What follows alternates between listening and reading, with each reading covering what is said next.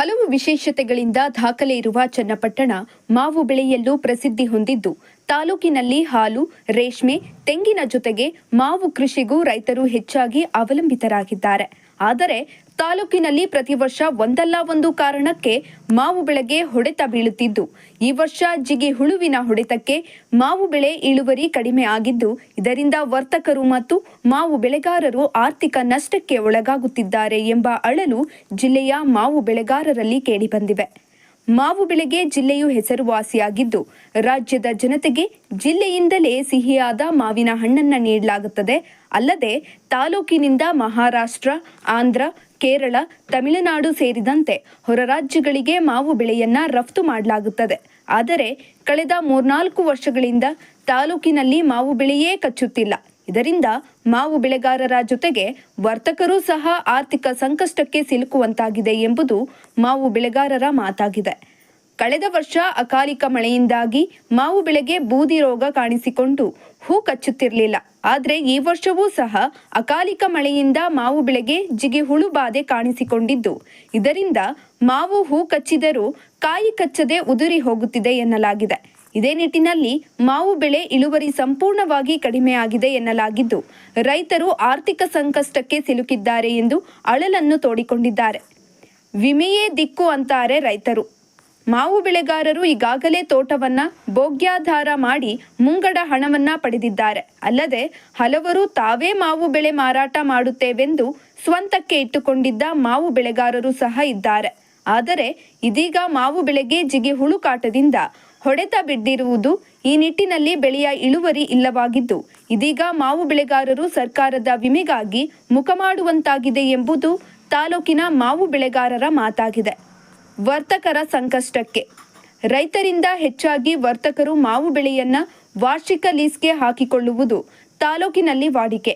ಇದೇ ನಿಟ್ಟಿನಲ್ಲಿ ತಾಲೂಕಿನ ಬಹುತೇಕ ಮಾವಿನ ತೋಟಗಳನ್ನ ಮಾವು ಮಾರಾಟ ಮಾಡುವ ವರ್ತಕರು ಮುಂಗಡ ಹಣವನ್ನು ಕೊಟ್ಟು ಭೋಗ್ಯ ಮಾಡಿಕೊಂಡಿದ್ದಾರೆ. ಆದರೆ ನಿರೀಕ್ಷಿತ ಬೆಲೆ ಕಚ್ಚದ ಕಾರಣ ವರ್ತಕರಿಗೂ ನಷ್ಟ ಆಗಿದೆ ಎನ್ನಲಾಗಿದ್ದು, ಇದರಿಂದ ತೋಟದ ಮಾಲೀಕರಿಗೆ ಬಾಕಿ ಹಣ ಕೊಡಲು ಸಮಸ್ಯೆ ಉಂಟಾಗಿದೆ ಎನ್ನಲಾಗಿದೆ.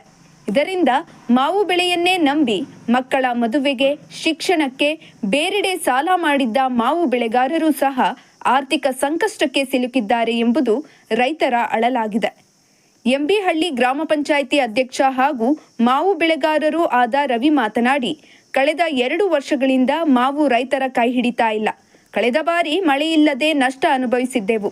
ಈ ಬಾರಿ ಹವಾಮಾನದಲ್ಲಾಗಿರುವ ಬದಲಾವಣೆ, ಕ್ರಿಮಿನಾಶಕ ಬಳಕೆಯಿಂದ ಕಾಯಿ ಸಮರ್ಪಕವಾಗಿ ಕಚ್ಚಿಲ್ಲ. ಇದರ ಪರಿಣಾಮ 100 ಕ್ರೇಟ್ ಬರುತ್ತಿದ್ದ ಮಾವು ಇವತ್ತು ಕಡಿಮೆ ಕ್ರೇಟ್ಗೆ ಕುಸಿದಿದೆ. ಬೆಲೆಯೂ ಸಹ ಸಿಗ್ತಾ ಇಲ್ಲ. ಪ್ರತಿ ಕಿಲೋಗೆ 150-200 ಇರ್ತಿದ್ದಂತಹ ಬೆಲೆ 60-50 ರೂಗೆ ಕುಸಿದಿದೆ. ಸರ್ಕಾರ ಬೆಂಬಲ ಬೆಲೆ ಕೊಟ್ಟು ಮಾವು ಬೆಳೆಗಾರರನ್ನ ಉಳಿಸಬೇಕಾಗಿದೆ ಎಂದರು. ಒಟ್ಟಾರೆ ತಾಲೂಕಿನಲ್ಲಿ ಮಾವು ಬೆಳೆಯಿಂದ ಲಾಭ ಕಾಣುತ್ತಿದ್ದ ರೈತರು ಇದೀಗ ಸಂಕಷ್ಟಕ್ಕೆ ಸಿಲುಕಿದ್ದು, ವಿಮೆಯೇ ಅವರ ಕೈ ಹಿಡಿಯಬೇಕಿದೆ. ಸಮಸ್ಯೆ ಇವತ್ತು ರೈತನಿಗೆ ಭಾಳ ತೊಂದರೆ ಆಯ್ತಾ ಇರೋದು ಮಾವಿನ ಗಿಡದ ವಿಚಾರದಲ್ಲಿ. 1 ವರ್ಷ ಆದರೆ 1 ವರ್ಷ ಆಗ್ತಾಯಿಲ್ಲ. ಯಾಕಪ್ಪ ಅಂತಂದರೆ ಹೋದ ಸತಿ ಹೆವಿ ಮಳೆ ಇಲ್ಲದೆ ಟೆಂಪ್ರೇಚರ್ಗೆ ಉದುರೋಯ್ತು. ಈ ಸತಿ ರೋಗ ಬಾಧೆಯಿಂದ ಏನು ಕೀಟನಾಶಕದಿಂದ ಏನಂತ ಪ್ರಾಬ್ಲಮ್ ಗೊತ್ತಿಲ್ಲ. ಹೂವು ಸಿಕ್ಕಾಬಟ್ಟೆ ಬಂತು, ಈ ಸತಿ ಉದುರೋಯ್ತು.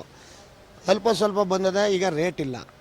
ಇವತ್ತು ರೈತ ಬೆಳಕ ಬಂದು ಹಾಕ್ತನಿಗೂ ಭಾಳ ಹಿಂಸೆ ಆಯ್ತದೆ. ಕೆಲವರು ರೈತರಿಂದ ಕೂಡೀಕರಣ ಮಾಡಿ ತೋಟಗಳು ತೊಗೊಂಡು ಕೊಯ್ದು ಮಾರೋನಿಗೂ ಸಮಸ್ಯೆ ಆಯ್ತದೆ. ಇವತ್ತು ಲೇಬರ್ ಪ್ರಾಬ್ಲಮ್ಮು. ಇವತ್ತೇನಾಯ್ತದೆ ಅಂದರೆ ಸರ್ಕಾರ ಈ ನಮ್ಮ ಚನ್ನಪಟ್ಟಣ ತಾಲೂಕಲ್ಲಿ ರೇಷ್ಮೆ ಮತ್ತು ಮಾವು ಮತ್ತು ತೆಂಗು 3ಕ್ಕೂ ಬೆಂಬಲ ಬೆಲೆ ಮಾಡಲಿ ಅನ್ನೋ ಒಂದು ಉದ್ದೇಶ ಇಟ್ಕೊಂಡು ನಾನು ಇವತ್ತು ಕೇಳ್ಕೊತಾ ಇದ್ದೀನಿ ನಿಮ್ಮ ಮಾಧ್ಯಮದ ಮುಖಾಂತರ. ಇವತ್ತು ನಮಗೇನು ಆಯ್ತದೆ ಅಂತಂದರೆ ಒಂದು ನಂಬಿಕೆ ಇಟ್ಟು ಇದರಲ್ಲಿ ವ್ಯವಹಾರ ಮಾಡೋಕ್ಕಾಗ್ತಾಯಿಲ್ಲ. ಮಾವಿನ ಮರದಲ್ಲಿ ಇಷ್ಟೇ ಬರ್ತದೆ ಅಂತ ಲಾಭದಾಯಕ ರೀತಿಯಲ್ಲಿ ಮಾಡೋಕ್ಕಾಗ್ತಾಯಿಲ್ಲ. ಇವತ್ತು ರೋಗ ಬಾಧೆ ಆಗಿರ್ಬೋದು, ಇನ್ನೊಂದಾಗಿರ್ಬೋದು, ಹೂವು ಉದುರೋಯ್ತು. ಇವಾಗ ನೋಡ್ರೆ ಈಲ್ಡ್ ಕಡಿಮೆ ಬಂದಿದೆ. ನಮಗೆ ಒಂದು ವರ್ಷದಲ್ಲಿ ಒಂದು ದಿನಕ್ಕೆ 100-120 ಕ್ರೇಟ್ ಕುಯ್ಕೊಂಡು ತರ್ತಿದ್ದೆ ನಾನು. ಇವತ್ತು ಬರೀ 45-50 ತಂದಿದ್ದೀನಿ. 50 ತಂದಿದ್ದೀನಿ. ಹಂಗೆ ಅರ್ಧಕ್ಕರ್ಧ ಇಳುವರಿನೇ ಇಲ್ಲ. ಲಾಭದಾಯಕ ಹೆಂಗೆ ಮಾಡೋಕ್ಕೆ ಸಾಧ್ಯ? ಈ ಸರ್ಕಾರ ಇವತ್ತು ನಮಗೆ ಬೆಂಬಲ ಬೆಲೆ ರೀತಿಲೋ ಇಲ್ಲದ್ರೆ 1 kg ಇಷ್ಟು ಅಂತನೋ ನಮ್ಮ ಸಹಾಯಧನ ಘೋಷಣೆ ಮಾಡಬೇಕು. ಇಲ್ಲಿ ಫ್ಯಾಕ್ಟ್ರಿ ಎಲ್ಲೆಲ್ಲೋ ಬೇರೆ ಕಡೆ ಇವೆ. ನಮ್ಮ ಚನ್ನಪಟ್ಟಣ ತಾಲೂಕಲ್ಲಿ ಭಾಳಷ್ಟು ರಾಮನಗರ ಜಿಲ್ಲೆಯಲ್ಲಿ ಮಾವು ಬೆಳೆಗಾರರಿದ್ದಾರೆ. ಹಂಗಾಗಿ ಇವತ್ತು ರಾಮನಗರ ಜಿಲ್ಲೆ ಒಳಗಡೆ ನಮಗೆ ಒಂದು ಫ್ಯಾಕ್ಟ್ರಿ ಮಾಡಿಕೊಡೋಕ್ಕೆ ಅನುಕೂಲ ಮಾಡಿಕೊಡ್ಬೇಕು ಅಂತ ನಾವು ಸರ್ಕಾರಕ್ಕೆ ಒತ್ತಾಯ ಸಂಸ್ಕರಣಾ ಘಟಕಕ್ಕೆ ವ್ಯವಸ್ಥಿತವಾದ ಒಂದು ನಿಯಮಬದ್ಧವಾಗಿ ಸರ್ಕಾರ ಸ್ಟೆಪ್ ಮಾಡಿದ್ರೆ ಅದಾಗುತ್ತೆ. ಅವ್ರು ಯಾರು ನಮ್ಮನ್ನ ಕೇಳಿ ಅದನ್ನು ಗ್ರಾಹಕರು ತೊಗೊಳೋಕ್ಕೆ ಆಗಲಿ ಅದು ವರ್ತಕರೇ ಆಗಲಿ ವ್ಯಾವಹಾರಿಕವಾಗಿ ಏನೂ ಇಲ್ವಲ್ಲ. ಅಲ್ಲಿ ಸುಮ್ಮನೆ ನೋಡ್ತೀವಿ, ಅಲ್ಲ ಇದೆ ಅಷ್ಟೇ. ಸಂಸ್ಕರಣಾ ಘಟಕ ಇದೆ, ಅದರಲ್ಲಿ ಯಾವುದೂ ಉಪಯೋಗ ಮಾಡ್ತಾ ಇಲ್ವಲ್ಲ. ಸರ್ಕಾರದವರು ಒಂದು ಇಷ್ಟು ಜನ ತಂದು ಹಾಕಿ ಅದಕ್ಕೇನು ಒಳ್ಳೆ ಬೆಲೆ ಕೊಟ್ಟು ಇಂಗಡಿಸಿದ್ದಂಥ ವಿಚಾರಕ್ಕೆ ಆ ರೇಟ್ ಕೊಟ್ಟು ಮಾಡಿದಾಗ ನಾವು ಮಾಡ್ಬೋದು. ಅಲ್ಲಿ ಮಾಡಿ ನಿಲ್ಲಿಸಿದ್ದಾರೆ ಅಷ್ಟೇ, ಅದರಿಂದ ಯಾರಿಗೂ ಅನುಕೂಲ ಆಗ್ತಾಯಿಲ್ಲ. ನೋಡಿ, ಹೋದ ವರ್ಷ ಆಚೆ ವರ್ಷ ಎಲ್ಲ ನಮಗೆ ಫಸ್ಟ್ ಸ್ಟಾರ್ಟಿಂಗ್ 200 ರೂಪಾಯಿ, 250 ರೂಪಾಯಿ, 150 ರೂಪಾಯಿ ಹಿಂಗೆ ಸಿಗ್ತಿತ್ತು. ಈ ಸತಿ ಕಾಯಿನೂ ಕಡಿಮೆ ಇದೆ, 50 ರೂಪಾಯಿ, 60 ರೂಪಾಯಿ. ಇವತ್ತು 75 ರೂಪಾಯಿ ಆಗಿದೆ ಟಾಪ್ ರೇಟ್. ಇವತ್ತು ಬಾದಾಮಿ 40 ರೂಪಾಯಿ, 35 ರೂಪಾಯಿ ಸೇಂದೂರ ಆಯ್ತದೆ. ಏನು ಮಾಡಲಿ, ಆಳುಂಗ್ ಕೂಲಿಗಳು ಒದಗಿಸಿ ಮಾಡೋಕ್ಕಾಗ್ತಾಯಿಲ್ಲ. ನಮಗೆ ರೈತರಿಗೆ ಭಾಳ ಹಿಂಸೆ ಆಯ್ತಾಯಿದೆ. ಸರ್ಕಾರ ಇದರಿಂದ ಏನಾದ್ರು ಮಾಡಿ ನಮಗೆ ಒಂದು ಇಷ್ಟು ಕೆ.ಜಿಗೆ ಇಷ್ಟು ಅಂತ ಸಹಾಯಧನ ಕೊಡಬೇಕು ಅಂತ ಮನವಿ ಮಾಡುವಂತ ಮಾಡ್ತಾಯಿದ್ದೀವಿ. ಮಾವು ವ್ಯಾಪಾರ ಮಾಡ್ತಾಯಿದ್ದೀವಿ. ಮಾಡ್ತಾಯಿದ್ರೆ ಏನಾಯ್ತದೆ, ಔಷಧಿ ಜಾಸ್ತಿ ತಗೋತದೆ. ಈಗ ಮೊದಲಿಗೆ ಒಂದು ಕ್ರಾಪ್ಗೆ ಒಂದು ವರ್ಷ ಒಂದು ಬೆಳೆಗೆ ಒಂದು ಸಾರಿ ಹೊಡೆದ್ರೆ ನಡೀತಿತ್ತು. ಈಗ 6 ಸಾರಿ 7 ಸಾರಿ ಔಷಧಿ ತಗೋತದೆ. ಅದರಿಂದಾಗಿ ಏನಾಗದೆ, ನಮಗೆ ಫುಲ್ಲು ಲಾಸಲ್ಲಿದ್ದೀವಿ ನಾವು. ಈಗ ಮಾವಿನ ರೇಟು 200-250 ರೂಪಾಯಿ ಇರ್ತಿತ್ತು ಸ್ಟಾರ್ಟಿಂಗಲ್ಲಿ. ಇವತ್ತು 50 ರೂಪಾಯಿ, 60 ರೂಪಾಯಿ, 70 ರೂಪಾಯಿಗೆ ಬಂದಿದೆ. ಫ್ಯಾಕ್ಟ್ರಿ ರೇಟು 30 ರೂಪಾಯಿ ಬಂದಿದೆ. ಸೇಂದೂರ 15 ರೂಪಾಯಿ ಇದೆ. ಹಿಂಗಾಗಿರೋದ್ರಿಂದ ನಮಗೆ ಏನು ವರ್ಕೌಟ್ ಆಗ್ತಾಯಿಲ್ಲ, ಫುಲ್ಲು ಲಾಸಲ್ಲಿ. ಸರ್ಕಾರ ಇದಕ್ಕೆ ಏನಾದ್ರು ಒಂದು ಇದು ಮಾಡಿಕೊಡ್ಬೇಕು. ಔಷಧಿ ಹೊಡಿದವರ ಈ ಹುಳ ಇದು ವಿಪರೀತ ಅಲ್ಲ, ಜೋನಿ ಕಂಟ್ರೋಲೇ ಮಾಡೋಕ್ಕಾಗೋದಿಲ್ಲ. ಈಗ ನಾನು ಹೊಡಿತಾವನೆ ಅಂತ ಅವ್ನು ಹೊಡಿತಾರೆ, ಅವ್ರು ಹೊಡಿತಾವನೆ, ನಾವು ಹೊಡಿಲೇಬೇಕು. ಅಕ್ಕಪಕ್ಕ ಮಾಡಿದ್ದೀವಿ.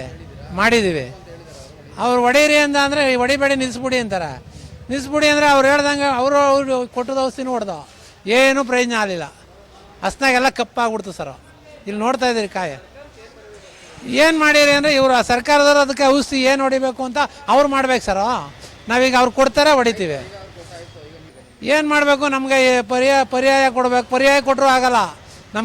ನಮಗೇನಂದರೆ ಒಂದೇನೋ ಫ್ಯಾಕ್ಟ್ರಿಯೋ ಇನ್ನೊಂದೋ ಮಾಡಿ ಎಲ್ಲನೂ ಮಾಡಿ ಅವರೇ ಖರೀದಿ ಮಾಡಬೇಕು. ಹಂಗಾದ್ರೆ ರೈತರು ಬದುಕೋತಾರೆ. ಈಗ ಇಲ್ಲ ಅಂದರೆ ಇದು ಈ ವ್ಯಾಪಾರನೇ ಬಿಟ್ಬಿಡ್ತಾರೆ ಎಲ್ಲರೂ. ತಗೊಂಡು ರಫ್ತು ಮಾಡೋರು ತಾನೆ ಏನು ಮಾಡ್ತಾರೆ, ಅಲ್ಲಿ ಕೆಟ್ಟೋಯ್ತದೆ ಕಾಯಿ ಅಂತ ಹೇಳ್ತಾವ್ರು ಅವರೆಲ್ಲ. ಮೊದಲಿಗೆ 200 ರೂಪಾಯಿಗೆ ತಗೋತಿದ್ದವ್ರು, ಈಗ ಯಾಕೆ ತಗೊಳ್ಳಲ್ರು? ಕಾಯಿ ಕೆಟ್ಟೋಯ್ತದೆ ತಗೊಳ್ಳಲ್ಲ ಅಂತಾರೆ ಕೇಳಿದ್ರೆ ನಾವು.